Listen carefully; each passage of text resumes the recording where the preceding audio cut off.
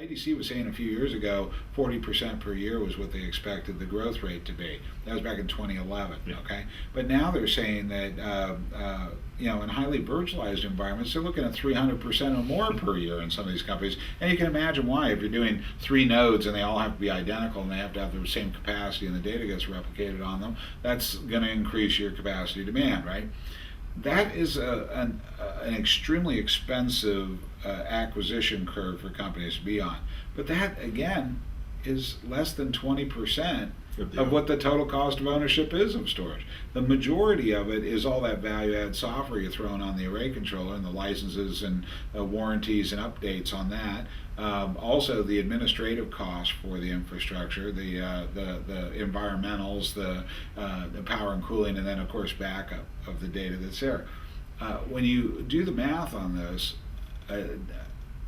why am I not hearing in DataCore literature just the most compelling argument in the world that, hey, dude, we've taken this balkanized management infrastructure out here where all the management's on each box, and we've centralized it into one location. That should be driving a heck of a lot of cost out of the ownership of storage, shouldn't it?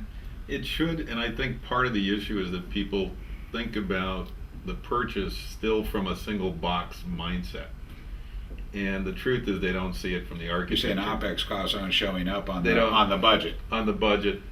And it's true. I mean, think about it. You see your capital acquisition costs. Mm-hmm. Your OpEx is training, it's people costs, it's the administration, it's the power. It's there, mm-hmm. but you don't see it directly. Well, that seems like a part of the struggle that anybody who's tried to sell software as opposed to hardware has always dealt with. It's people aren't as encouraged to buy slideware as they are to buy a piece of tin where they can sniff the tin, right? Well, maybe these relationships you're establishing with some of the hyper-converged infrastructure guys will give you the tin to sniff as well as the software, right?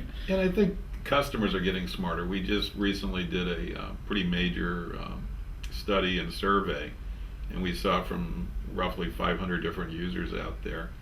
And what they report back is that, they are seeing issues like a lot of them bought the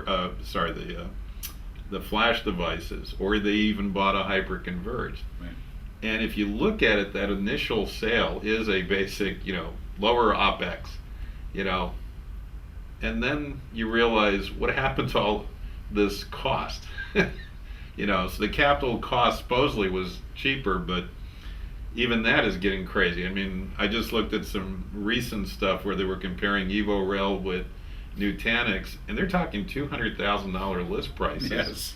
And meanwhile, they go, the underlying commodity server is $40K. Right. So what's that $160K difference, especially when the hypervisor is also a free thing today? Right. So, there's all these big disconnects out there. So I think the users are starting to figure it out that, how come servers in effect have become commoditized? And why is storage still this strange animal? Rarefied, expensive, although commoditized thing. Of course, we've all seen it coming for a long time. We were decrying it back before there was any discussion of software-defined storage. Frankly, the earliest software-defined storage I ever worked with was system-managed storage on an IBM mainframe. Okay, It was a software application that controlled storage. I don't see any of this as new. What I do see is a new set of economic realities that may be driving people to consider things. And it's not just economics as in I want to save money on my storage. It's also I do not have the staff skills anymore to be able to manage complex infrastructure. I don't know what happened to them, but I have my theories, but they're not kind to anyone, so I won't address them here.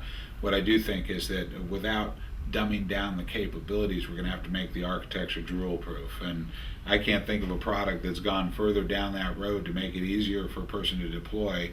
I've deployed very complex storage in my office, and I'm wizard-driven with DataCore. I'm able to simply apply the services I need to the storage that I'm creating. So you're going to be commended for that. Anyway, thank you very much for the talk today. And I don't know if there's any final thoughts, what should people do right now if they're interested in a DataCore solution? How do they get in contact with you? Real simple. Go to our website, www.datacore.com.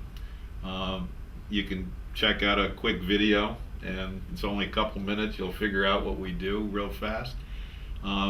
More importantly, you can download the software, and unlike having a big box shipped over to your house, you can actually try it on your own equipment.